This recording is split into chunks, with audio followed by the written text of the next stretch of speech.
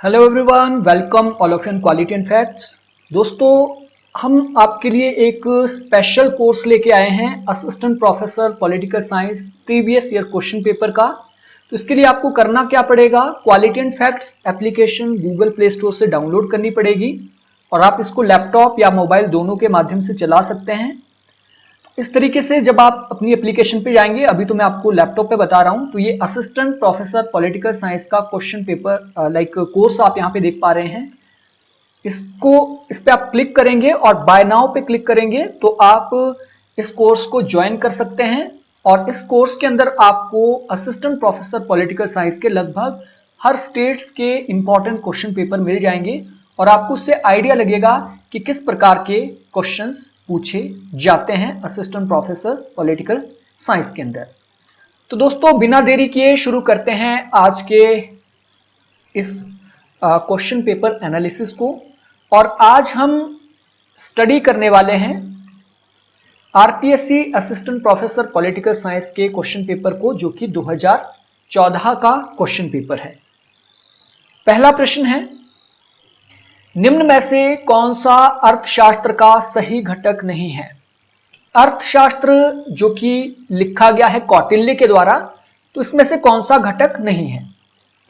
यथार्थवाद, नैतिक निरपेक्ष, राज्य शासन कला, भौतिकवाद। देखिए, कौटिल्य को रियलिज्म का प्रणेता माना जाता है भारत में, तो ये यथार्थवाद पे था। नैतिक निरपेक्ष यानी नैतिकता को राजनीति से अलग करने का इन्होंने काम किया, ये भी बिल्कुल बात सही है। राज्य शासन कला की बात भी सही है, इन्होंने राजा को क्या काम करने चाहिए, कैसे राजा को राज्य को चलाना चाहिए, उस पर अपने विचार दिए हैं। लेकिन भौतिकवाद पर इन्होंने विचार नहीं दिए हैं, क्योंकि भौतिकवाद आधुनिक अर्थशास्त्र की देन है। फ्यूरबाख से शुरू होता है, कार्ल मार्क्स ने आगे बढ़ाया और अन्य विचारकों ने। तो ऑप्शन डी सही होगा। निम्न में से कौन सा जोड़ा सुमेलित नहीं है, जो यहां पे करेक्टली मैच्ड नहीं है वो आपको बताना है। बुद्ध, धम्म। जी सही बात है, महात्मा बुद्ध ने धम्म का सिद्धांत दिया था। धम्म का मतलब होता है एक नैतिक दर्शन जिसके आधार पर आप मोक्ष को प्राप्त कर सकते हैं। कौटिल्य राज की 7 भुजाएं, तो ये बात भी बिल्कुल सही है। कौटिल्य ने राज्य की 7 भुजाएं यानी सप्तांग सिद्धांत दिया है।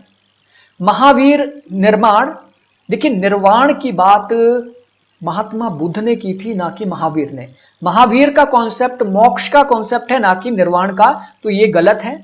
अगला, मनु लोक कल्याणकारी राज्य। हाँ, ये बात बिल्कुल सही है। जब मत्स्य न्याय फैल गया था, बड़ी मछली छोटी मछली को खा रही थी, बड़े लोग छोटे कमजोर लोगों को मार रहे थे, तो लोग ब्रह्मा के पास गए और ब्रह्मा ने मनु को पहला राजा घोषित किया लोगों के कल्याण के लिए। तो यहां पे ऑप्शन सी सही है, ये सुमेलित नहीं है। अगला प्रश्न, निम्न में से कौन से ग्रंथ से स्वामी दयानंद सरस्वती ने राजतंत्र की अवधारणा को लिया। किस ग्रंथ से दयानंद सरस्वती ने मोनार्की का कॉन्सेप्ट अडॉप्ट किया, तो ये था मनुस्मृति। मनुस्मृति से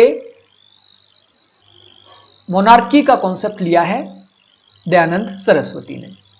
सूची 1 को सूची 2 के साथ मिलाना है। दयानंद सरस्वती वेदों की तरफ लौटो का नारा दिया, वैदिक पुनरुत्थान की इन्होंने बात की है। सर सैयद अहमद खां, ये धर्मनिरपेक्ष और इस्लामी दर्शन के साथ जुड़े हैं, इस्लामी धर्मशास्त्र। अरविंदो घोष ने आध्यात्मिक राष्ट्रवाद की बात की है। राम मोहन रॉय प्राकृतिक अधिकारों की अवधारणा से संबंधित अपने विचार देते हैं। तो इसका करेक्ट सीक्वेंस देख लेते हैं क्या बनता है।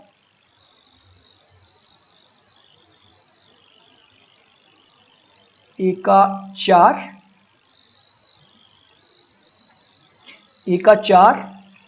बी का 3, ए का 4, बी का 3, सी का 2। ऑप्शन बी इसका राइट आंसर है। अगला क्वेश्चन, सूची 1 को सूची 2 से मिलाएं। सैयद अहमद खां, यहां पे किताबें इनकी दी गई हैं, इन्होंने लिखी है किताब causes of Indian revolt. Dayanand Saraswati ने सत्यार्थ प्रकाश किताब लिखी है। अरविंदो घोष ने लिखी है द लाइफ डिवाइन।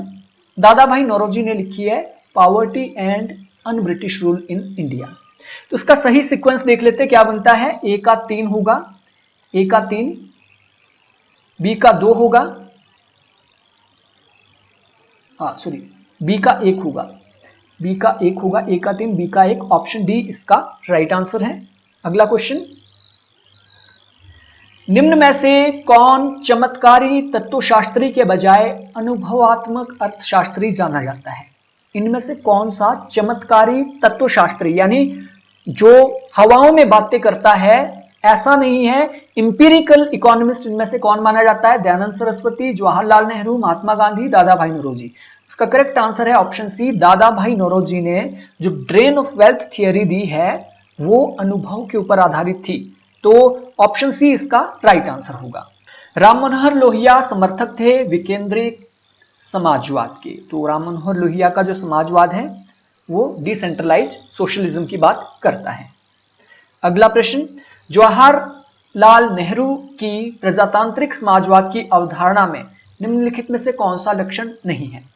इन्होंने योजना की बात की कि प्लान्ड इकोनॉमी होगी, और ये स्टालिन से इन्होंने अडॉप्ट किया था, क्योंकि स्टालिन ने यूएसएसआर में सबसे पहले प्लान्ड इकोनॉमी की बात की थी। दूसरा, आर्थिक समानता के ये पक्षधर थे, ये सामाजिक परिवर्तन की बात करते थे, लेकिन रूढ़िवाद की बात नहीं की है जवाहरलाल नेहरू ने प्रजातांत्रिक समाजवाद में। अगला प्रश्न,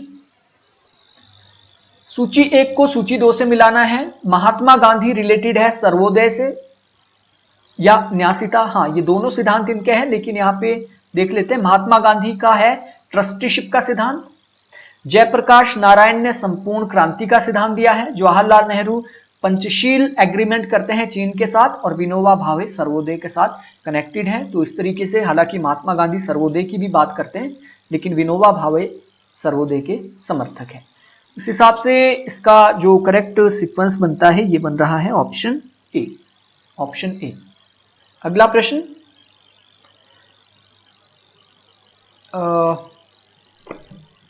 यह है निम्नलिखित प्राचीन लेखकों में से किसे लोग भारत का मैकियावली कहते हैं। भारत का मैकियावली कहा जाता है कौटिल्य को। अगला प्रश्न, जैन धर्म के अनुसार जीवन का उच्चतम लक्ष्य क्या है। तो जैन धर्म का जो उच्चतम लक्ष्य है सत्य और अहिंसा पर आधारित जीवन जीना, जिससे हम मोक्ष प्राप्त करें। तो यहां पे निर्वाण दिया है, जो कि दूसरे ऑप्शन कोई भी यहां पे सही नहीं है। ठीक है, तो आयोग ने इस प्रश्न को निलंबित कर दिया था। तो जैन धर्म के अनुसार जीवन का उच्चतम लक्ष्य है मोक्ष की प्राप्ति, जो यहां पे ऑप्शन नहीं है। अगला क्वेश्चन असर्शन रीजन का है, सत्याग्रह प्रतिरोध की अवधारणा का एक आध्यात्मिक एवं नीतिवादी स्वरूप है। महात्मा गांधी का जो सत्याग्रह है उसमें उन्होंने कहा था कि मेरे सत्याग्रह से मतलब है यहां पे हम हिंसक साधनों का प्रयोग नहीं करेंगे, बल्कि लोगों के माइंड को चेंज करेंगे, मन को चेंज करेंगे, अपने प्रति दया भाव उनके अंदर लाएंगे ताकि हमारी मांगे मानी जाए। तो सत्याग्रह बिल्कुल एक आध्यात्मिक और नीतिवादी स्वरूप है। अगला, क्योंकि यह नैतिक सौदेश्यवाद पर बल नहीं देता। देखिए, सत्याग्रह नैतिक सौदेश्यवाद पर बिल्कुल बल देता है, यानी साधन हमारे नैतिक होंगे और जो हमें साध्य मिलेगा वो भी हमारा नैतिक होगा। तो नैतिक सौदेश्यवाद पर यह बल देता है, तो यहां नहीं दिया है, दैट्स मीन ये गलत है। ए सही है, आर गलत है, तो ऑप्शन सी इसका राइट आंसर होगा। दलविहीन लोकतंत्र के सिद्धांत के समर्थक है जयप्रकाश नारायण, और दूसरे अगर होते तो एम.एन. रॉय। अगला question, marks, Gandhi and socialism पुस्तक के लेखक कौन है। तो सोशलिज्म, समाजवाद की अवधारणा, भारतीय संस्करण, राम मनोहर लोहिया। अगला क्वेश्चन, निम्न में से डॉक्टर भीमराव अंबेडकर की विचारधारा का कौन सा लक्षण नहीं है।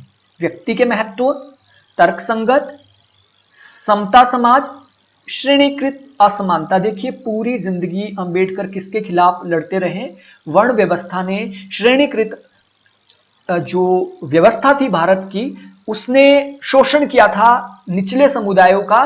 तो श्रेणीकृत असमानता के खिलाफ ये लड़ रहे थे, तो ये इनके विचारधारा का लक्षण नहीं है। ठीक है, अगला क्वेश्चन, संविधान सभा में गांवों को भारत की राजनीति के व्यवस्था की आधार इकाई बनाने का विरोध किसने किया। यानी संविधान सभा में जब भी ये बहस चली थी कि पंचायती राज होना चाहिए और गांव लेवल पे प्रशासन गांव के लोगों को देखना चाहिए, तो अंबेडकर ऐसे व्यक्ति थे जिन्होंने विरोध किया। उनका तर्क था, अगर अभी हमने पंचायती राज को अडॉप्ट कर लिया, गांव लेवल पर प्रशासन लाया, तो गांव लेवल पे आज भी डोमिनेंट कास्ट का महत्व है और डोमिनेंट कास्ट ही पंचायती राज में अपना डोमिनेंस रखेगी और वही पुरानी व्यवस्था गांव में आ जाएगी और जो केंद्रीकृत हमारा शासन है, जो समानता की बात करता है, वो लागू नहीं किया जा पाएगा। तो ये डॉक्टर बी आर अंबेडकर के विचार थे। अगला क्वेश्चन, कौटिल्य की शागुण्य नीति का कौन सा पक्ष चढ़ाई करने से संबंधित है? चढ़ाई मतलब युद्ध करने से संबंधित, प्रहार करो, तो ये था यान। ठीक है, जैसे बोलते थे ना आक्रमण, तो ये बोलते थे यान, चढ़ाई करना। राजा राममोहन रॉय के संबंध में गलत कथन को पहचानिए। उन्होंने न्यू टेस्टामेंट के नैतिक सिद्धांतों का समर्थन किया। जी बिल्कुल, उन्होंने न्यू टेस्टामेंट के नैतिक सिद्धांतों से ये काफी प्रभावित थे। उन्होंने ज्यूरी प्रणाली का विरोध कभी भी नहीं किया, बल्कि ज्यूरी प्रणाली के समर्थक थे, जो कि ब्रिटेन में हो रही ज्यूरी प्रणाली थी। तो बेंथम को जो लेख लिखते थे उसमें भी ये समर्थन करते हुए देखे गए। उनका सोचना था कि संस्कृत ज्ञान ने भारत को अंधकार में रखा। जी बिल्कुल, क्योंकि मैकियावेली को पुनर्जागरण का पिता कहा जाता है, तो इन्होंने धर्म के स्थान पे किस चीज की बात की? इन्होंने राज्य की बात की। ठीक है, और संस्कृत को इन्होंने माना कि संस्कृत के अंदर जो मंत्र है या फिर जो भी चीजें दी गई है, लिखे गए जो ग्रंथ है, उसने असमानता बरकरार रखने का काम किया। उन्होंने मूर्ति पूजा को अस्वीकार किया। जी बिल्कुल, मूर्ति पूजा को भी उन्होंने अस्वीकार किया। ऑप्शन बी यहां पे गलत है, राममोहन रॉय के बारे में। अगला क्वेश्चन, निम्नलिखित में से कौन बौद्ध परंपरा से संबंधित नहीं है? अश्वघोष, नागार्जुन, कुंडाचार्य, दिंगनाग। देखिए, अश्वघोष हो, नागार्जुन हो, दिंगनाग, ये बौद्ध धर्म के प्रचारक प्रसारक माने जाते हैं, जबकि कुंडाचार्य इस परंपरा से संबंधित नहीं है। ठीक है, निम्नांकित में से कौन सी पुस्तक स्वामी दयानंद द्वारा लिखी हुई नहीं है? ऋग्वेदाभिभाष्य भूमिका, अष्टाध्यायी भाष्य, महानिर्वाण तंत्र, संस्कार विधि। अब यहां पे प्रश्न पूछा है कि इनमें से कौन सी पुस्तक नहीं लिखी है? तो ये महानिर्वाण तंत्र पुस्तक ये किसने लिखी है? जॉन वुडरफ ने लिखी है, ना कि दयानंद सरस्वती ने। बाकी आपकी ऋग्वेद के ऊपर इन्होंने भाषा या फिर टीका टिप्पणी की है, ऋग्वेद के ऊपर, अष्टाध्यायी के ऊपर इन्होंने टीका लिखी है और संस्कार विधि के ऊपर इन्होंने बुक लिखी है। लेकिन महानिर्वाण के ऊपर, क्योंकि महानिर्वाण बेसिकली किससे रिलेटेड है? बौद्ध धर्म से, और दयानंद सरस्वती ये सनातन धर्म के प्रमुख चिंतक माने जाते हैं। जियाउद्दीन बर्नी से संबंधित निम्नलिखित कथनों पर विचार कीजिए। नंबर 1, उन्होंने भारतीय राजनीतिक चिंतन में सर्वप्रथम व्यक्ति की संकल्पना प्रस्तुत की। बर्नी पहले ऐसे विचारक रहे हैं मध्यकाल में जिन्होंने सर्वप्रथम व्यक्ति की संकल्पना, इंडिविजुअल की संकल्पना, इंडिविजुअलिज्म की संकल्पना प्रस्तुत की, और यह बात बिल्कुल सही है। दूसरा, उन्होंने समाज में व्यवस्था के स्थापनार्थ धर्म के इस्लामी विचार एवं राजस्व के टर्की के विचार को जोड़ा। यानी समाज में व्यवस्था अगर बनानी है तो इस्लामी धर्म के आधार पे, और राजस्व के लिए टर्की विचार को उन्होंने जोड़ा, जो कि बिल्कुल गलत है। ये दोनों हिसाब से, ठीक है, देखिए, पहले इन्होंने जो समाज व्यवस्था की बात की थी वो इस्लाम धर्म के आधार पे की थी, ये बात बिल्कुल सही है। लेकिन जो राजस्व से संबंधित विचार है ये इनके भारतीय संस्करण के हैं, ना कि टर्की के। तो ऑप्शन 1 ही इसका राइट आंसर होगा। मुसलमानों के बीच लोकप्रिय राजनीतिक आंदोलन को हतोत्साहित करने के लिए सर सैयद अहमद खान ने विशेषता किस राजनीतिक संस्था की स्थापना की? मुसलमानों के बीच एक लोकप्रिय राजनीतिक आंदोलन जो चल रहा था उसे हतोत्साहित या कम करने के लिए एक राजनीतिक संस्था बनाई थी सैयद अहमद खान ने। उसका नाम क्या है? देखिए, इन्होंने बनाई थी मुंडन Anglo oriental defence association of upper India. ठीक है, तो इसका करेक्ट आंसर क्या होगा? Option A. अगला क्वेश्चन, जवाबियत का सिद्धांत संबंधित है। तो जवाबियत का जो सिद्धांत है, जवाबियत इसे कहा जाता है, जवाबियत का सिद्धांत। जवाबियत का सिद्धांत बेसिकली कानून से संबंधित सिद्धांत है। कौन से कानून? वो वाले कानून जो राज्य के कानून होते हैं। ठीक है, तो ऑप्शन डी, ये बर्नी से संबंधित क्वेश्चन पूछा है। बर्नी जवाबियत किसे कहा करते थे? राज्य के कानूनों को। अगला क्वेश्चन, ईवी रामास्वामी नायकर ने स्वराज की राष्ट्रवादी मांग को क्या कहा? रामास्वामी नायकर ने जो स्वराज्य की मांग रखी गई थी तिलक के द्वारा कि स्वराज मेरा जन्मसिद्ध अधिकार है, जो ये राष्ट्रवादी मांग थी, इसे क्या कहा ईवी रामास्वामी ने? इसे कहा स्थानीय प्रभुओं की साजिश। क्योंकि तिलक बात कर रहे थे उस टाइम गणेश उत्सव मनाने की।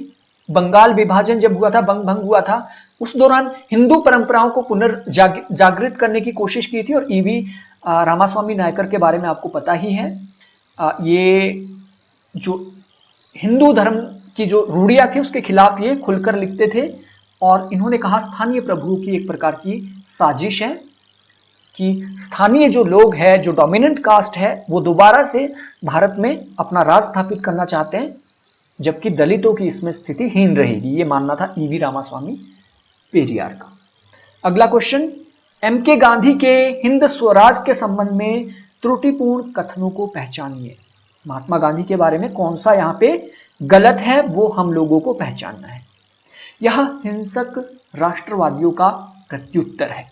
हिंद स्वराज किताब जो इन्होंने लिखी है, हिंद स्वराज किताब के अंदर इन्होंने एक आइडियल स्टेट की बात रखी थी। और क्योंकि एक गरम दल था, गरम दल क्रांति की बात कर रहा था, लेकिन हिंद स्वराज में सत्य और अहिंसा की बात की गई, तो डेफिनेटली ये गरमपंथी जो थे, रेडिकल जो नेशनलिस्ट थे, उनके प्रत्युत्तर में यह किताब लिखी गई है।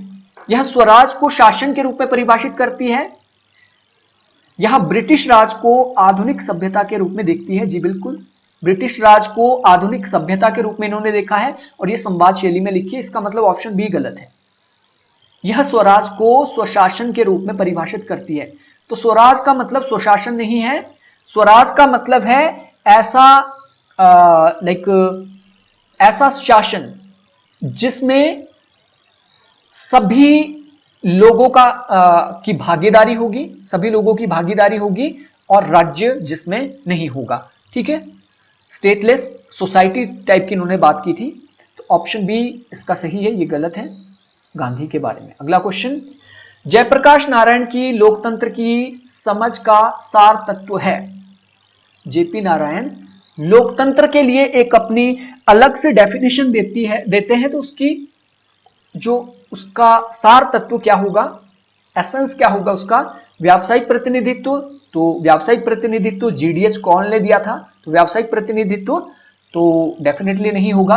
हृदय परिवर्तन से वर्ग सहयोग, तो हृदय परिवर्तन तो ट्रस्टीशिप का सिद्धांत है, तो ये तो महात्मा गांधी का है। क्रांतिकारी जन इच्छा, अराजकतावाद, तो अराजकतावाद के साथ गांधी जुड़े हैं। करेक्ट आंसर है क्रांतिकारी जन इच्छा और संपूर्ण क्रांति, इसी को इन्होंने कहा था संपूर्ण क्रांति। तो इनकी जो लोकतंत्र की समझ है वो संपूर्ण क्रांति में देखी जा सकती है। अगला क्वेश्चन, अमर्त्य सेन से संबंधित निम्नलिखित कथनों पर विचार कीजिए। वे पैरेटो अनुकूलतम की सराहना करते हैं। अमर्त्य सेन के बारे में यहां पर बताया जा रहा है कि अमर्त्य सेन के बारे में कौन से कथन सही है। वे पैरेटो अनुकूलतम की सराहना करते हैं। वे संसाधनों की समता के बजाय क्षमताओं पर जोर देते हैं।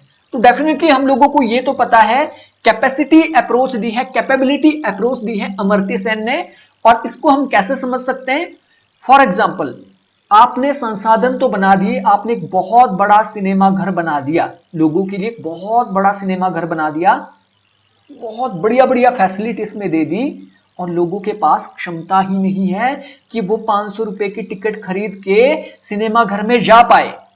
आपने बड़े बड़े शोरूम बना लिए, आपने बहुत बड़ा विकास कर दिया और लोगों की कैपेबिलिटी ही नहीं है, तो वो विकास नहीं होगा अमर्त्य सेन के हिसाब से। यानी विकास का मतलब क्या है? क्षमताएं, लोगों की परचेजिंग पावर को बढ़ाना। ठीक है, जब तक आदमी अपने पैर के जूते तक, चप्पल तक सोच रहा है कि पांव में चप्पल मिल जाए, तो वो कभी भी अपनी स्वतंत्रता को जी नहीं पाता है, ना सोच पाता है, उसको अपने पेट के बारे में सोचना पड़ता है। तो ऑप्शन 2 तो बिल्कुल सही है। ऑप्शन 1 को एक बार फिर देख लेते हैं। वे पेरेटो अनुकूलतम की सराहना करते हैं। देखिए पेरेटो अनुकूलता क्या है? पेरेटो का एक सिद्धांत था, पेरेटो का सिद्धांत था कि जो आपके विशिष्ट वर्ग है वो शासन करेंगे और वो अच्छा शासन कर सकते हैं। तो देखिए वो पेरेटो अनुकूलता के सराहक नहीं है, तो हम यहां पे ऑप्शन 1 को गलत मान के चलते हैं, तो ऑप्शन बी इसका राइट आंसर होगा। अगला क्वेश्चन, बी आर अंबेडकर द्वारा स्थापित अंतिम राजनीतिक दल कौन सा था? लास्ट अंतिम राजनीतिक दल। और वैसे भी इस दल के बारे में जब हम पढ़ते हैं तो ये इनकी मृत्यु के बाद मृत्यु के बाद ये अस्तित्व में आया था। तो इसका राइट आंसर क्या होगा? अंतिम राजनीतिक दल नहीं, ये अस्तित्व में इनके लाइफ के बाद में आया, तो हम इसको तो नहीं मान सकते क्योंकि इसके निर्माण में अन्य जो व्यक्ति थे उन्होंने काम किया। ठीक है, तो इसका करेक्ट आंसर होगा all India schedule caste federation. एक बार इसका एक्सप्लेनेशन देख लीजिए, क्लियर हो जाएगा। यहां पे ऑल इंडिया शेड्यूल कास्ट 1942 में बनाया गया, जो कि अंतिम राजनीतिक दल था। 30 सितंबर 1956 को बी आर अंबेडकर ने अनुसूचित जाति महासंघ को खारिज करके रिपब्लिकन पार्टी ऑफ इंडिया की स्थापना की घोषणा की थी, लेकिन पार्टी के गठन से पहले ही उनका निधन हो गया। तो इसलिए यह माना जा सकता है कि all India schedule caste federation उन्होंने अंतिम बनाया है, क्योंकि घोषणा तो इसकी की थी रिपब्लिकन पार्टी की, लेकिन उससे पहले इनकी आकस्मिक मृत्यु हो जाती है। अगला क्वेश्चन, अमर्त्य सेन को उनके किस काम के लिए वर्ष 1998 में अर्थशास्त्र का नोबेल प्राइज दिया गया? अमर्त्य सेन को किस लिए नोबेल प्राइज दिया गया? मानव सूचकांक का निर्माण। देखिए मानव विकास सूचकांक का जो सिद्धांत दिया था, ये बांग्लादेश के एक अर्थशास्त्री थे, तो ये तो नहीं होगा। दूसरा, सामाजिक चयन का सिद्धांत, जेंडर असमानताओं का अध्ययन। देखिए करेक्ट आंसर होगा यहां पे अकाल का शास्त्र। जो अकाल पढ़ते हैं, ठीक है, उसका अर्थशास्त्र, इसके ऊपर इन्होंने बहुत काम किया था और इसी आधार पे इन्हें नोबेल प्राइज दिया गया था। महबूब उल हक ने दिया है शायद, ह्यूमन डेवलपमेंट इंडेक्स का, मैं एग्जैक्टली याद नहीं कर पा रहा हूं, शायद ऐसा ही नाम था।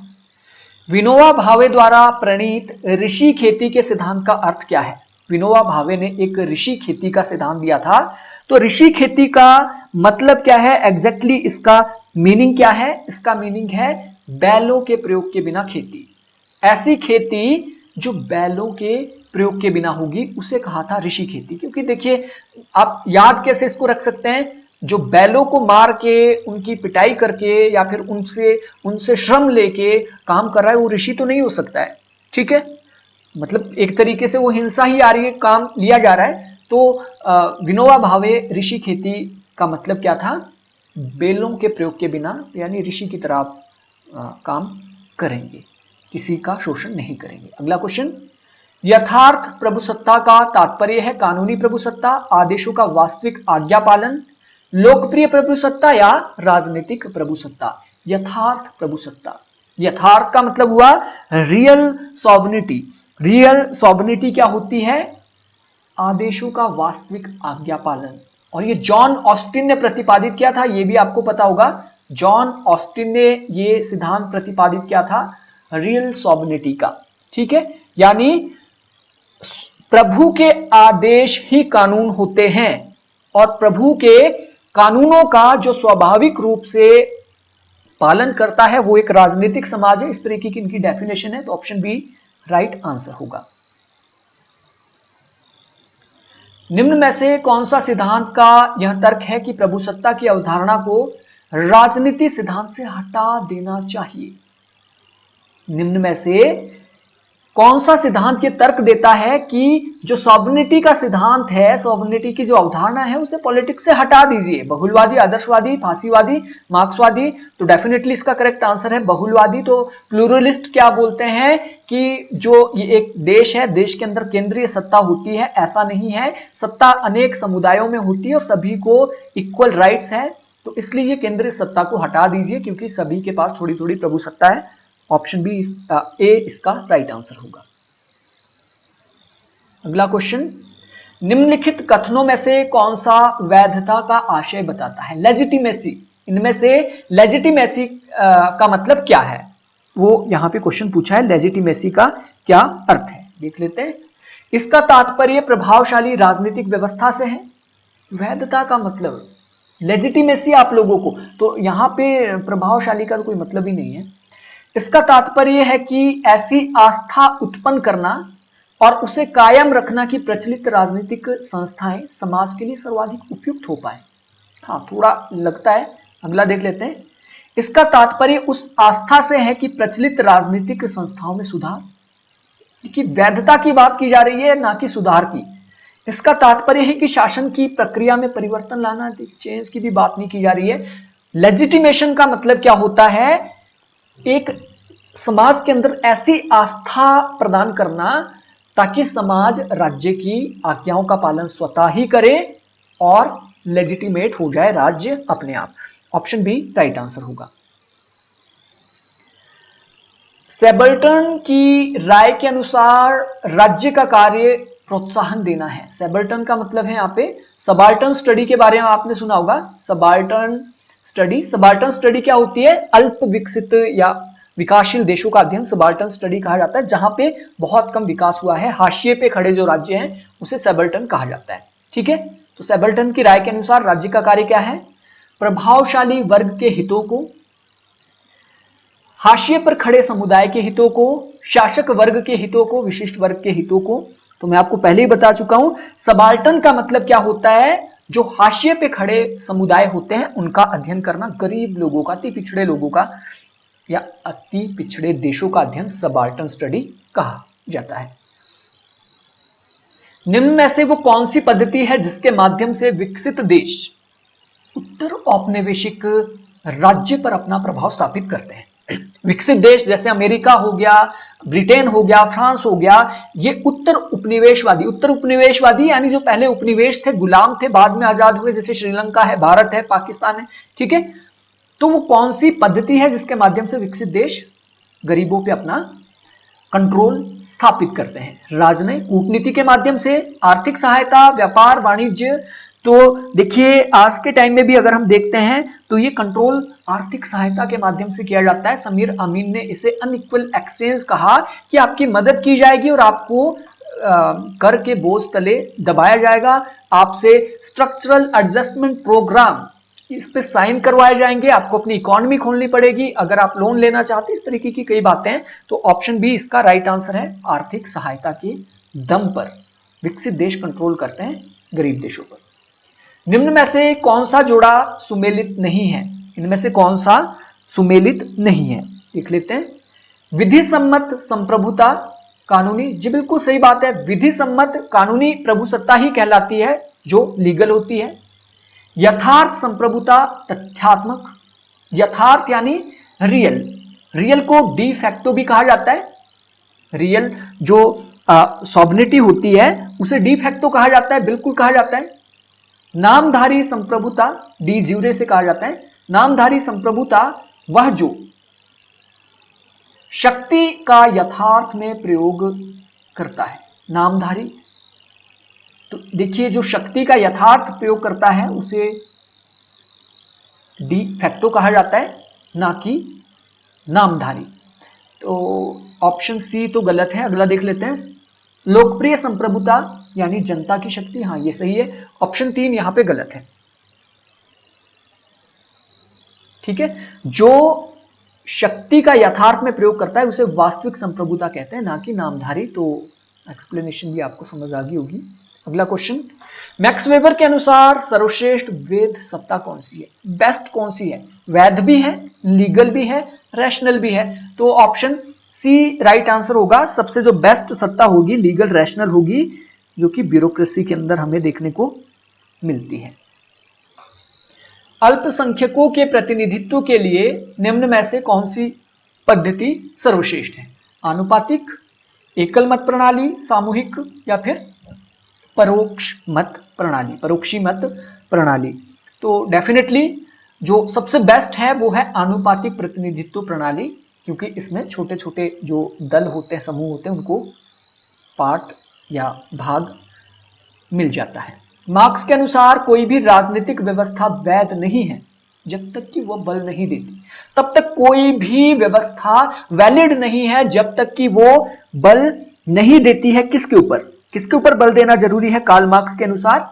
मनुष्य की मुक्ति के लिए, कानून एवं व्यवस्था स्थापित के लिए, मनुष्य के नैतिक उत्थान पर, अच्छे जीवन। नैतिकता की तो कोई बात ही नहीं आती है।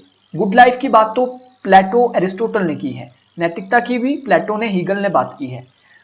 कानून एवं व्यवस्था की बात मैक्स वेबर करते हैं। तो मनुष्य की मुक्ति के लिए जो व्यवस्था काम करती है वही वैलिड मानी है कार्ल मार्क्स ने। निम्न विचारकों में से प्रथम वैज्ञानिक समाजवादी विचारक कौन माना जाता है? तो प्रथम वैज्ञानिक समाजवादी माना जाता है कार्ल मार्क्स को। नेक्स्ट क्वेश्चन, असर्शन है फांसीवादी प्रजातंत्र का शत्रु है। जो फांसीवाद है वो लोकतंत्र का शत्रु है। तो डेफिनेटली ये तो हम लोगों को पता है, बिल्कुल सही है। फांसीवाद को, क्योंकि फांसीवाद अपनी ही चलाता है, लोगों की तो सुनता नहीं है, तो प्रजातंत्र का शत्रु है। रीजन, यह व्यक्ति की स्वतंत्रता को पूर्ण रूप से नष्ट करता है। जी बिल्कुल करता है। ए भी ठीक है, आर भी ठीक है, क्योंकि स्वतंत्रता प्रजातंत्र का एक महत्वपूर्ण तत्व है, और जब स्वतंत्रता खत्म होगी तो प्रजातंत्र खत्म होगा। तो रीजन भी इसका सही है। That's mean option A right answer होगा। अगला क्वेश्चन,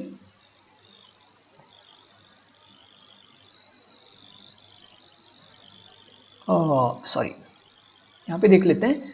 निम्नांकित में से क्या पर्यावरणवाद की अनुरूपता में नहीं है? इनमें से कौन सा पर्यावरण की अनुरूपता, यानी पर्यावरण के अनुरूप इनमें से कौन सा नहीं है?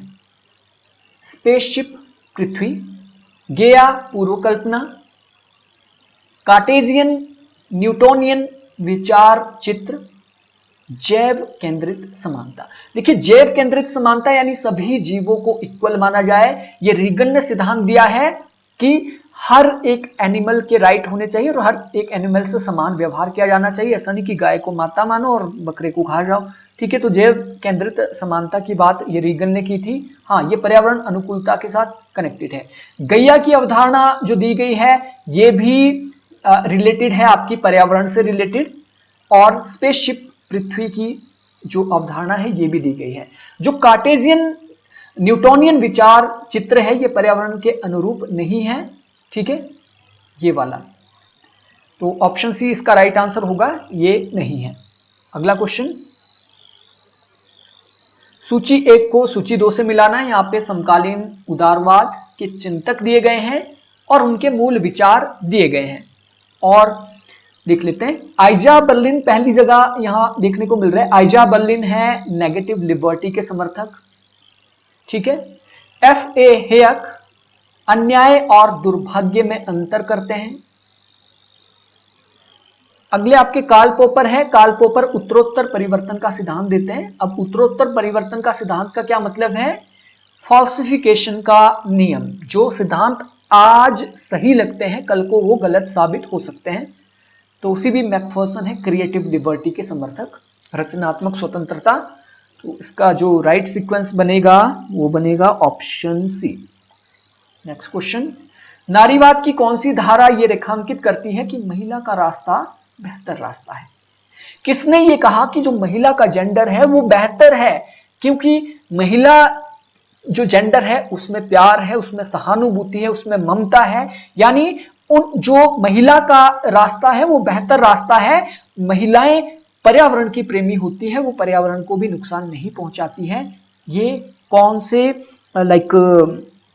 वेव की बात है? ये है सांस्कृतिक नारीवाद की। बहुत सिंपल सा है, सांस्कृतिक नारीवाद बोलता है कि जो महिला है, महिला को पुरुषों से कम नहीं, ज्यादा दर्जा मिलना चाहिए, क्योंकि संस्कृति की रक्षा महिलाएं करती है, प्यार, स्नेह, पर्यावरण, लगभग सभी से इनकी निकटता रहती है। तो ऑप्शन डी इसका राइट आंसर होगा। ठीक है, आपको आमूल परिवर्तनवादी का पता होगा, इन्होंने तो बिल्कुल राजसत्ता को उखाड़ने की बात की थी, परिवार में जो पितृ सत्ता है उसको खत्म करने की बात की। नारीवादी तो बस वही लाइक अपनी डिमांड्स रखती है, राजनीतिक, कानूनी। ठीक है, समाजवादी नारीवाद पूंजीवाद को खत्म करने के पक्ष में है। अगला क्वेश्चन, एडम स्मिथ से संबंधित निम्नलिखित कथनों पर विचार कीजिए। एडम स्मिथ क्लासिकल इकोनॉमिस्ट है और इकोनॉमिक्स के फादर भी माने जाते हैं, तो इनके बारे में विचार कीजिए कि क्या कथन इन्होंने दिए हैं। तो देख लेते हैं। वे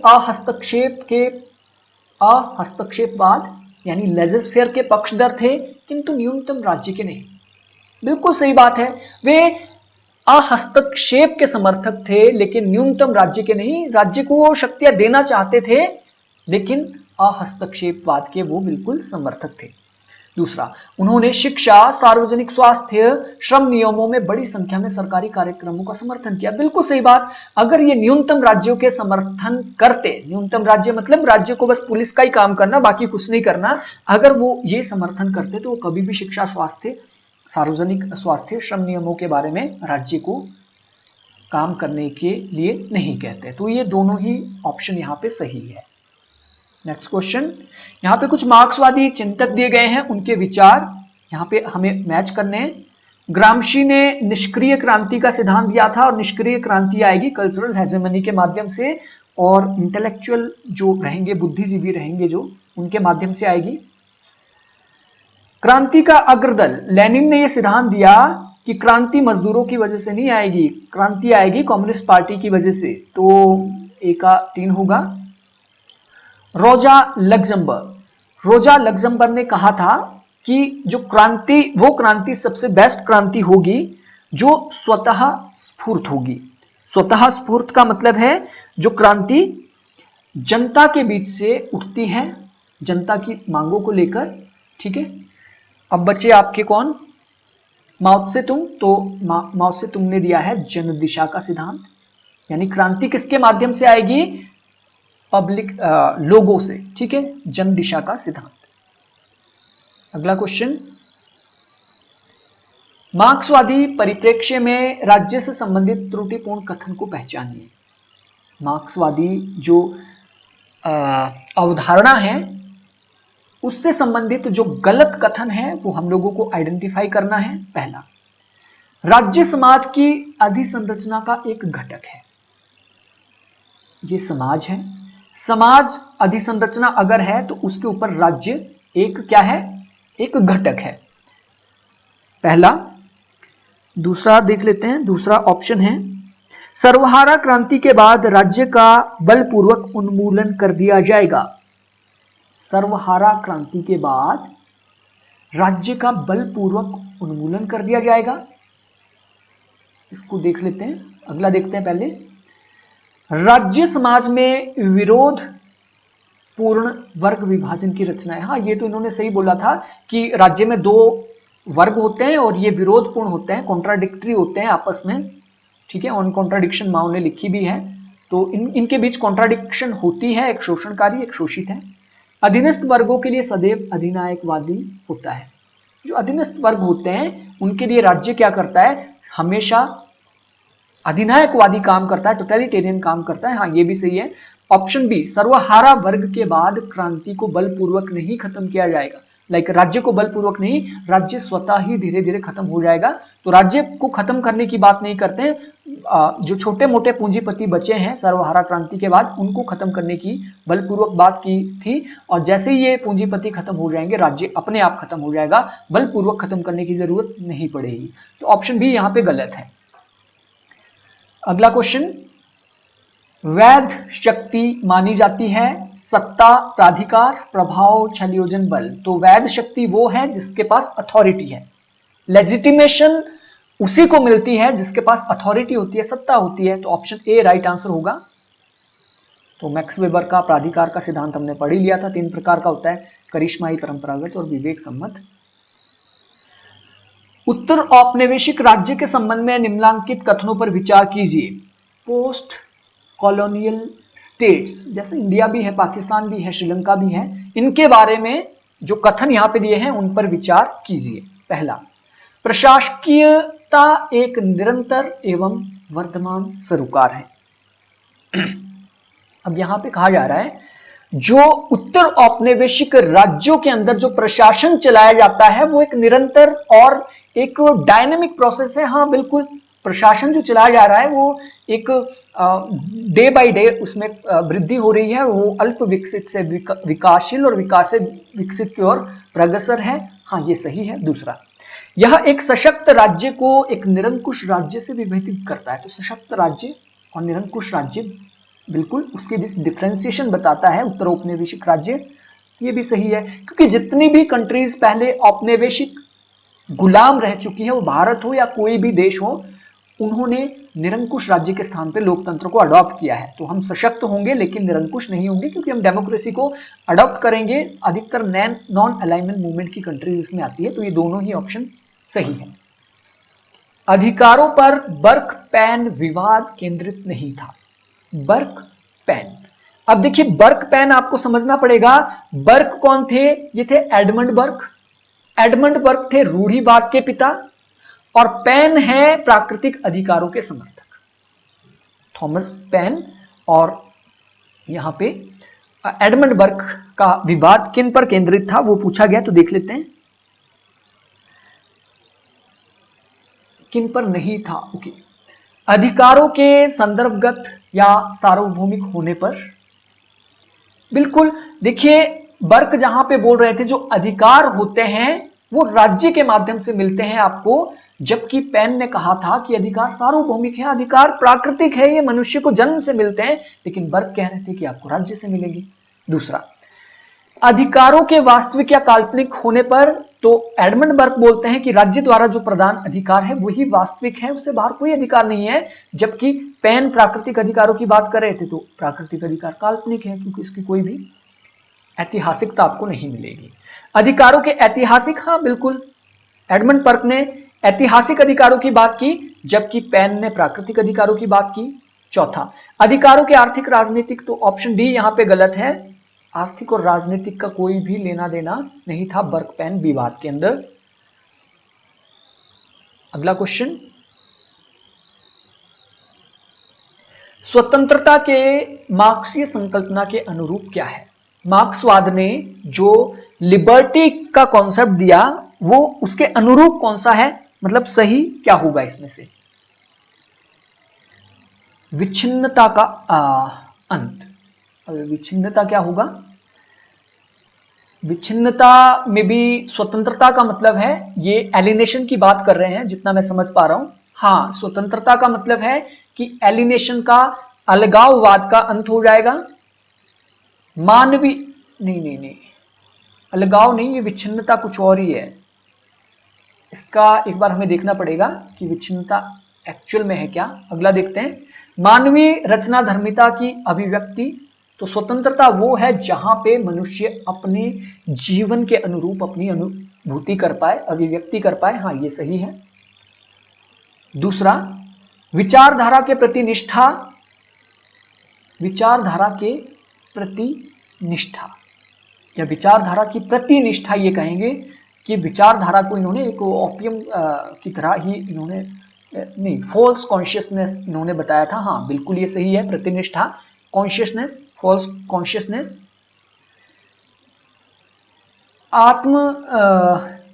आत्मसिद्धि, आत्मसिद्धि, देखिए इसका जो करेक्ट आंसर होगा, एक तो ऑफिशियल आंसर की के अकॉर्डिंग आपको मैं बताऊं, क्योंकि यहाँ पे विच्छिन्नता का अंत मैं समझ नहीं पा रहा हूं कि एक्चुअली में ये कहना क्या चाह रहे हैं।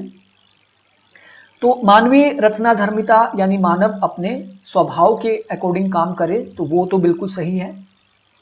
विच्छिन्नता का अंत अगर अलगाववाद है तो अलगाववाद को खत्म करना भी स्वतंत्रता माना है।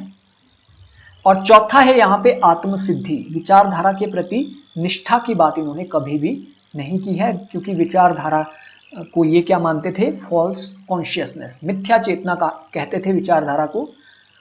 तो ऑप्शन 3 तो बिल्कुल 100% गलत है, तो 1, 2, 4 सही होगा। 1, 2, 4 यहां पे है ऑप्शन ए के अंदर।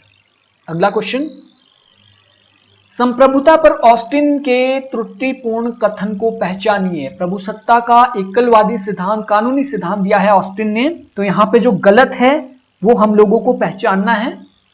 प्रभुसत्ताधारी सहित होने पर ही कोई समाज राजनीतिक एवं स्वतंत्र होता है।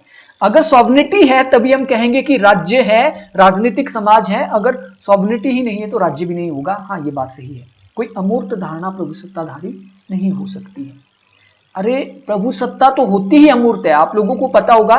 एक आपकी टेंजिबल चीजें होती है कि इंटेंजिबल चीजें होती है। लाइक एक आपका एब्स्ट्रैक्ट है और एक आपका अमूर्त है। अमूर्त का मतलब होता है जिसे हम ना देख सकते, ना छू सकते, महसूस कर सकते हैं। जैसे मैं बोलूं कि आपका माइंड फ्री है, तो आपका जो माइंड है उसमें जो फ्री की अवधारणा है वो कैसी है, अमूर्त। हम देख तो नहीं सकते आपका दिमाग फ्री है कि नहीं है, ठीक है। जैसे हम बोले लिबर्टी की अवधारणा, तो लिबर्टी को देखा तो नहीं जा सकता है, लेकिन अवधारणा तो है, अमूर्त है। मूर्त रूप क्या है, मूर्त रूप है जैसे सरकार है, तो हम सरकार को देख सकते हैं, भाई बीजेपी की सरकार है कि कांग्रेस। अब आप बोलो कि राज्य है, तो राज्य को आप देख तो नहीं सकते, लेकिन राज्य तो एक अवधारणा है, उसमें 4 पॉइंट है। तो हाँ, तो डेफिनेटली प्रभुसत्ता क्या होती है, प्रभुसत्ता हमेशा अमूर्त होती है, क्योंकि प्रभुसत्ता को हम देख नहीं सकते। तो गलत हो गया यहां पे, प्रभुसत्ता तो हमेशा अमूर्त ही होता है। तो ऑप्शन बी यहां पे बिल्कुल गलत है ऑस्टिन के बारे में। अगला, कानून उच्चाधिकारी द्वारा अधीनस्थ को दिया गया आदेश है। हाँ, ये तो सही है। तथ्य सम्मत एवं विधि सम्मत प्रभुसत्ता में इन्होंने भेद किया है। बिल्कुल, डी फैक्टो डी ज़्यूरे दोनों में इन्होंने क्या है, भेद बताया है। ऑप्शन बी इसका गलत है। निम्नांकित में से कौन संसाधनों की क्षमता से संबंधित नहीं है। इनमें से कौन संसाधनों की क्षमता से संबंधित नहीं है। जो संसाधन होते हैं उसमें जो क्षमता है, John Rawls, Eric Rakowski, Ronald Dworkin, Michael Walzer. Michael Walzer basically ये कम्युनिटेरियन थिंकर है, जबकि जॉन रॉस ये वितरणात्मक न्याय की बात करते हैं। एरिक रॉकोस्की भी, और रोनाल्ड ड्वार्किन टेकिंग राइट सीरियसली किताब इन्होंने ली है। तो इसमें क्या है, सभी को इक्वल संसाधन देने की बात की गई है और क्षमता विकास की बात की गई है, जबकि माइकल वॉल्जार जितने भी संसाधन है ये समाज को देने के पक्षधर है, ना कि क्षमता के पक्षधर है। तो ऑप्शन डी इसका राइट आंसर होगा। निम्नांकित में से क्या हन्ना आरेंट की शक्ति की संकल्पना से संबंधित है। हन्ना आरेंट की कॉन्सेप्ट ऑफ पावर से संबंधित कौन सा नहीं है। हन्ना आरेंट के कॉन्सेप्ट ऑफ पावर से क्या संबंधित नहीं है। आत्मपरकता की निर्माता के ऊपर नहीं, के प्रति। शक्ति व्यक्तियों के ऊपर नहीं होती है, शक्ति होती है व्यक्तियों के प्रति। हाँ, ये बात तो बिल्कुल सही है। सहमति के रूप में भी शक्ति को पावर एज कंसेंट इन्होंने परिभाषित किया है। सामूहिक कार्यवाही के कारण बढ़ी हुई क्षमता। इसका करेक्ट आंसर होगा आत्मपरकता की निर्माता। शक्ति आत्मपरकता को नहीं बना सकती है शक्ति, तो यहां पे ऑप्शन ए यहां पे गलत होगा। आत्मपरकताओं के निर्माण की बात इन्होंने नहीं की है। जॉन रॉल्स के सिद्धांत से संबंधित पदावली इनमें से कौन सी नहीं है। अज्ञानता का पर्दा, मूल स्थिति, विशेष पूर्वक्रमता या लौक्य परंतुक। इनमें से कौन सी नहीं है। डेफिनेटली लौक्य परंतुक की जो अवधारणा है ये पदावली कहीं पे भी जॉन लॉक ने यूज नहीं की है। इन्होंने वेल ऑफ इग्नोरेंस की बात की है, इन्होंने ओरिजिनल पोजीशन की बात की है, इन्होंने विशेष पूर्व क्रम की बात की है, लेकिन लौक्य परंतुक का सिद्धांत इनका नहीं है। अगला क्वेश्चन, लोकतंत्र के चिरसम्मत सिद्धांत। चिरसम्मत सिद्धांत क्या है, जो डेमोक्रेसी का क्लासिकल थियरी है उसके संबंध में जो गलत कथन है वो हमें बताना है। डेमोक्रेसी की क्लासिकल थियरी के बारे में क्वेश्चन पूछा जा रहा है और जो गलत है वो बताना है। यह निर्देशित लोकतंत्र का एक प्रकार है। निर्देशित लोकतंत्र यानी जहां पे डायरेक्शन दी जाती है, तो चिरसम्मत जो लोकतंत्र है, लेकिन जो निर्देशित लोकतंत्र तो लाइक आधुनिक लोकतंत्र को कहा जाता है, जहां पे हमारे डेलीगेट जाते हैं और वो निर्देश देते हैं। तो इसको देख लेते हैं, मुझे इस पर डाउट है। अगला देखते हैं, यह प्रत्यक्ष सहभागी लोकतंत्र है। जी बिल्कुल, जो आपका चिरसम्मत क्लासिकल डेमोक्रेसी थी, जैसे कि यूनान में, स्पार्टा में देखी जाती थी, तो ये प्रत्यक्ष लोकतंत्र के समर्थक होते थे। बिल्कुल सही है। यह सज्जीवन अर्जित करने की लक्षित सामान्य हित को पूरा करते थे। बिल्कुल, जो क्लासिकल डेमोक्रेसी है वो अच्छे जीवन की परिकल्पना करते हैं। यह लोकतंत्र का एक पूर्व उदारवादी सिद्धांत है, यानी लोकतंत्र का उदारवाद से भी पहले का सिद्धांत, इसलिए इसके चिरसम्मत सिद्धांत कहा जाता है। तो ऑप्शन एक यहां पे गलत है। ठीक है, अगला क्वेश्चन, निम्नांकित में से कौन सा एक प्रतिनिधियात्मक लोकतंत्र का प्रतिरूप है? इनमें से कौन सा डेलीगेटेड डेमोक्रेसी का एक मॉडल है? डेलीगेटेड डेमोक्रेसी का एक रूप कौन सा है? बहुतंत्र, पॉलियार्की जिसे कहा जाता है, जनमत संग्रह लोकतंत्र। देखिए, जनमत लोकतंत्र जो संग्रह है, रेफरेंडम, ये प्रत्यक्ष डेमोक्रेसी का उदाहरण है, ना कि डेलीगेटेड। डेलीगेटेड जैसी हमारी होती है, हम अपना एमएलए चुनते हैं और वो हमारे बिहाफ पे निर्णय लेता है, हम अपना एमपी चुनते हैं, हमारा प्रतिनिधियात्मक लोकतंत्र है। लेकिन जनमत संग्रह तो डायरेक्ट डेमोक्रेसी में होता है। जन लोकतंत्र का जो सिद्धांत ये मार्क्सवाद के साथ जुड़ा है, ये माओ ने सिद्धांत दिया है। सर्वाधिकारवादी लोकतंत्र, टोटलिटेरियनिज्म, तो डेफिनेटली प्रतिनिधियात्मक लोकतंत्र नहीं है। बहुलवाद यानी पॉलियार्की, प्लूरलिज्म इसका राइट आंसर होगा। अगला क्वेश्चन, उस शब्दावली को पहचानिए जो विमर्शी लोकतंत्र से संबंधित नहीं है। विमर्शी लोकतंत्र यानी जहां पे लोग क्या करते हैं, विचार विमर्श करते हैं, और विचार विमर्श एक दूसरे से पूछकर सभी लोग सहमति से कोई डिसीजन लेते हैं, वो विमर्शी लोकतंत्र होता है। तो इनमें से कौन सा संबंधित नहीं है? बहस पर आधारित सहमति, तो वही तो विमर्शी लोकतंत्र है, ये तो सही है। पूर्व नियत वरीयताएं, खुली एवं बल प्रयोग विहीन बहसें, खुली बहसें होती है, यहाँ पे किसी भी प्रकार का बल नहीं, आदर्श भाषण दिए जाते हैं, ऐसे नहीं कि भड़काऊ भाषण दिए जाए। तो ऑप्शन यहाँ पे गलत होगा, ऑप्शन बी। पूर्व नियत वरीयताएं कुछ भी नहीं होती है इसमें, तो ऑप्शन बी राइट आंसर होगा। सूची 1 को सूची 2 से मिलाएं और यहाँ पे कुछ सिद्धांत और उनके समर्थक दिए गए हैं। संरक्षक लोकतंत्र का सिद्धांत दिया है जेरेमी बेंथम ने। विकासात्मक लोकतंत्र के साथ जुड़े हैं जे.एस. मिल। लोकतांत्रिक अभिजनवाद के साथ जुड़े हैं शुम्पीटर। लोकतांत्रिक अभिजनवाद यानी लोकतंत्र अभिजनों के माध्यम से, शुम्पीटर का ये एलिट थियरी का सिद्धांत है। और पॉलियार्की के साथ जुड़े हैं रॉबर्ट डेहेल, बहुलवादी लोकतंत्र, पॉलियार्की। तो इसका जो राइट आंसर बनेगा वो बनेगा ऑप्शन कौन सा बन रहा है? डी इसका राइट आंसर है। लचीले संविधान का श्रेष्ठ उदाहरण निम्नलिखित में से कौन सा देश है? जहां पे लचीला संविधान है, कभी भी उसमें संशोधन किया जा सकता है, तो ब्रिटेन का संविधान है, क्योंकि ये परंपराओं पर आधारित है, कोई लिखित संविधान नहीं है, तो सबसे लचीला संविधान। सबसे कठोर संविधान की बात करें तो ये यूएसए का संविधान है। अगला क्वेश्चन, लोकतंत्र पर मार्क्स के विचारों से संबंधित कथनों पर विचार कीजिए। डेमोक्रेसी के ऊपर कार्ल मार्क्स के कौन से विचार हैं वो हम लोगों को यहां पे आइडेंटिफाई करने हैं, तो इसको देख लेते हैं। प्रबोधन, परंपरा में वे लोकतंत्र को एक आंगिक समुदाय के रूप में देखते हैं। प्रबोधन, जो प्रबोधन होता है, प्रबोधन का मतलब होता है एनलाइटनमेंट, ठीक है। प्रबोधन, परंपरा में वे लोकतंत्र को एक आंगिक समुदाय के रूप में देखते हैं। लोकतंत्र क्या होता है? एक ऑर्गेनिक कम्युनिटी के रूप में इन्होंने देखा है। कहां पे? प्रबोधन में। बुर्जुआ लोकतंत्र अवसरानुकूल बुर्जुआ आतंक में बदल जाता है। जो बुर्जुआ लोकतंत्र होता है, जैसे ही उसको अवसर मिलता है वैसे ही वो आतंक में बदल जाता है, वो अथॉरिटेरियन हो जाता है। ये बात, दोनों बातें ये कार्ल मार्क्स ने डेमोक्रेसी के संबंध में कही है। तो ऑप्शन सी इसका राइट आंसर होगा। 1 और 2 दोनों सही है। अगला क्वेश्चन, निम्न में से विश्व का सबसे शक्तिशाली द्वितीय सदन कौन सा है? विश्व का सबसे शक्तिशाली द्वितीय सदन माना जाता है सीनेट, संयुक्त राज्य अमेरिका का। जैसे हमारे देखिए पहला सदन होता है लोकसभा, दूसरा होता है राज्यसभा। तो अब यहां पे देखिए लोकसभा को शक्तियां ज्यादा है, राज्यसभा को कम है, लेकिन अमेरिका में इसका उल्टा है, अमेरिका में सीनेट को ज्यादा पावर है। ठीक है, संयुक्त राज्य अमेरिका का सीनेट। लॉर्ड सभा तो नाम मात्र की है, तो आपको पता है। राज्यसभा भारत में भी बहुत कम शक्तियां हैं, सीनेट कनाडा को भी कम शक्तियां हैं। अगला क्वेश्चन, निम्न में से वह ग्रंथ कौन सा है जिसमें शक्ति विभाजन सिद्धांत सूत्रित हुआ है?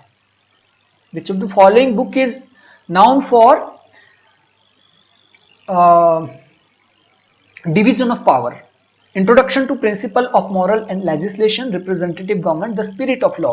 The Spirit of Law जो किताब है ये मॉन्टेस्क्यू की किताब है और उसमें सबसे पहले सेपरेशन ऑफ पावर का सिद्धांत दिया गया था। तो ऑप्शन सी इसका राइट आंसर है।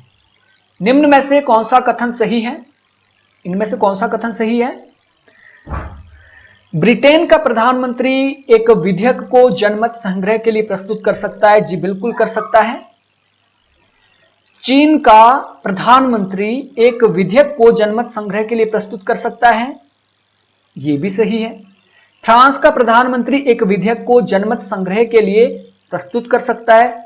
बिल्कुल कर सकता है। भारत का प्रधानमंत्री एक विधेयक को जनमत के लिए प्रस्तुत कर सकता है। ये सारे ऑप्शन सही है, इसलिए इस क्वेश्चन को निरस्त कर दिया गया था। सारे सही है। निम्न जोड़ों में से कौन सा सुमेलित नहीं है? एकात्मक संविधान, एक केंद्रीय सरकार। एकात्मक संविधान, एकात्मक संविधान जैसे कि ब्रिटेन में है तो यहां पे केंद्रीकृत सरकार होती है, यहां पे केंद्र के पास ज्यादा पावर होती है, लेकिन आपको बताना है कि कौन सा सही तरीके से सुमेलित नहीं है। तो ये तो है बिल्कुल, ब्रिटेन में एकात्मक संविधान है, वहां पे केंद्रीकृत सरकार होती है। संघीय संविधान, केंद्र एवं राज्यों के बीच शक्तियों का बंटवारा। जी बिल्कुल, जो फेडरल गवर्नमेंट होती है, सेंट्रल स्टेट के बीच शक्तियों का बंटवारा होता है। संसदीय शासन प्रणाली, प्रधानमंत्री का निर्धारित कार्यकाल। ऑप्शन सी गलत है, पहले भी हम ऐसा क्वेश्चन देख चुके हैं। संसदीय कार्यकाल में प्रधानमंत्री का कोई निश्चित कार्यकाल नहीं होता है। 1990 से लेकर 1998 तक आप देखो कितने आपके प्रधानमंत्री चेंज हुए। ऐसा तो नहीं है कि 5 साल के लिए प्रधानमंत्री बनता है। अध्यक्षीय शासन प्रणाली, राष्ट्रपति दोनों नामधारी एवं यथार्थ कार्यपालिका। हाँ, ये बिल्कुल सही है, ऑप्शन सी गलत है। निम्न देशों में से किसमें द्वैध नागरिकता की व्यवस्था है? द्वैध नागरिकता का मतलब दो प्रकार की नागरिकता। आपको वॉशिंगटन डीसी की भी मिलेगी, अमेरिका की भी मिलेगी, तो ये है संयुक्त राज्य अमेरिका में। निम्न में से किसने अपने संविधान में इकाइयों को संघ से पृथक होने का अधिकार दिया? कौन है जिसने कहा कि आप अभी हमारे साथ जुड़े हैं, आप जब भी चाहो हमसे अलग हो सकते हो? किसने दिया था पृथकता का अधिकार? यह दिया था संयुक्त राज्य अमेरिका ने। ये पहले दिया था, इसीलिए इसे क्या कहा जाता था? कन्फेडरेशन। कन्फेडरेशन इसे कहा जाता था, अभी तो ये फेडरेशन है। ठीक है, तो इसका करेक्ट आंसर क्या होगा? यूएसए। अगला क्वेश्चन, निम्न अंगों में से अमेरिकन संविधान में संतुलन रखने वाला पहिया कौन सा माना जाता है? इनमें से अमेरिकन संविधान में जो संतुलन रखता है वो कौन रखता है? राष्ट्रपति, सर्वोच्च न्यायालय, सीनेट या प्रतिनिधि सभा? तो सर्वोच्च न्यायालय इन तीनों के अंदर, वो राष्ट्रपति हो, सीनेट हो या प्रतिनिधि सभा हो, तीनों के बीच बैलेंस को बना के रखता है। तो ऑप्शन बी इसका राइट आंसर है, क्योंकि ये डे बाय डे संविधान की व्याख्या करता है। चीन में निम्न अंगों में किसके पास वास्तविक सत्ता होती है? राष्ट्रीय जन कांग्रेस, राष्ट्रपति, स्थायी समिति, उप अध्यक्ष। तो चीन में जो स्थायी समिति होती है, चीन की जो स्थायी समिति होती है उसके पास वास्तविक सत्ता होती है, वही सारे डिसीजन लेती है। ठीक है, तो क्वेश्चन नंबर 66 का राइट आंसर क्या होगा? Option C. क्वेश्चन नंबर 70, यहां पे असर्शन दिया गया है, ब्रिटेन की दल प्रणाली को दो दलीय प्रणाली कहा जाता है। जी बिल्कुल, ब्रिटेन की जो प्रणाली है उसे द्विदलीय प्रणाली कहा जाता है। यहाँ पे दो जो दल है, एक यहाँ पे माना जाता है आपका रूढ़िवादी दल और दूसरा माना जाता है डेमोक्रेटिक।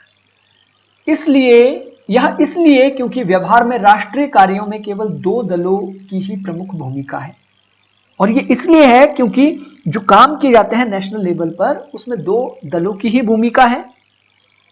और ये बात बिल्कुल सही है, रीजन भी इसका बिल्कुल सही है। यहाँ पे वास्तविक भी अगर हम देखते हैं, व्यवहार में भी अगर देखते हैं तो राष्ट्रीय कार्यों में केवल 2 ही दल होते हैं, कभी कंजर्वेटिव आ जाता है, कभी आपका डेमोक्रेटिक आ जाता है। तो ऑप्शन ए इसका राइट आंसर होगा। अगला क्वेश्चन, वैसे तो बहुत सारे दल हैं लेकिन वास्तव में 2 ही आते हैं। इंग्लैंड की संसद सब कुछ करने में सक्षम है सिवा औरत को आदमी और आदमी को औरत बनाने, ये बनाने के सिवा, मतलब इंग्लैंड की संसद सर्वशक्तिमान है, सर्वोच्च है। तो ये कहा था डी लोमे ने, डी लोमे ऑप्शन सी पर है। अगला क्वेश्चन, द अमेरिकन प्रेसिडेंसी पुस्तक के लेखक कौन है? द अमेरिकन प्रेसिडेंसी पुस्तक किसने लिखी? ये लिखी है 1948 में हैरोल्ड जे लास्की ने। अगला क्वेश्चन, हम संविधान के अधीन है लेकिन संविधान वही है जो न्यायाधीश कहते हैं, ये किस संदर्भ में है? मतलब यहां पे न्याय की उचित प्रक्रिया अडॉप्ट की जाती है। तो न्याय की उचित प्रक्रिया अडॉप्ट कहां पे की जाती है? ये की जाती है अमेरिका में। ये किसने कहा था? ह्यूज ने कहा था, मुख्य न्यायाधीश ह्यूज ने ये कहा था। अगला क्वेश्चन, अमेरिकी राष्ट्रपति का कार्यकाल कितने वर्ष का होता है? 4 वर्ष का, और जो आपके लीप वर्ष होते हैं उस वर्ष इनका चुनाव होता है। किस देश के राष्ट्रपति को स्वविवेकी अधिकार प्रदान है? कौन से देश का राष्ट्रपति है जिसे स्वविवेकी अधिकार प्राप्त है? संयुक्त राज्य अमेरिका के राष्ट्रपति, फ्रांस के राष्ट्रपति। देखिए फ्रांस के अंदर 2 प्रकार की व्यवस्था देखने को मिलती है, संसदीय भी और प्रेसिडेंशियल भी, और इसका राइट आंसर होगा फ्रांस का राष्ट्रपति, उसे स्वविवेकी अधिकार प्राप्त है। अगले ऑप्शन देख लेते हैं इसमें कौन से होंगे। Switzerland, England, no. फ्रांस के राष्ट्रपति को स्वविवेकी अधिकार है और फ्रांस में 5वें गणतंत्र के फ्रेंच संविधान के द्वारा सरकार की एक अर्ध राष्ट्रपति प्रणाली निर्धारित की गई है। तो दोस्तों ये थे आज के हमारे 75 क्वेश्चन। क्योंकि क्वेश्चन पेपर काफी वाइड है, 150 क्वेश्चन है, तो इसको 2 पार्ट्स के अंदर हम कवर करने की कोशिश करेंगे।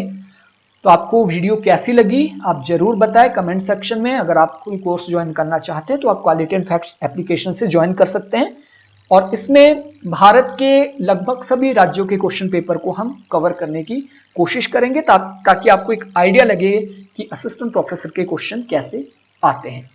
So thank you friends, thanks for watching.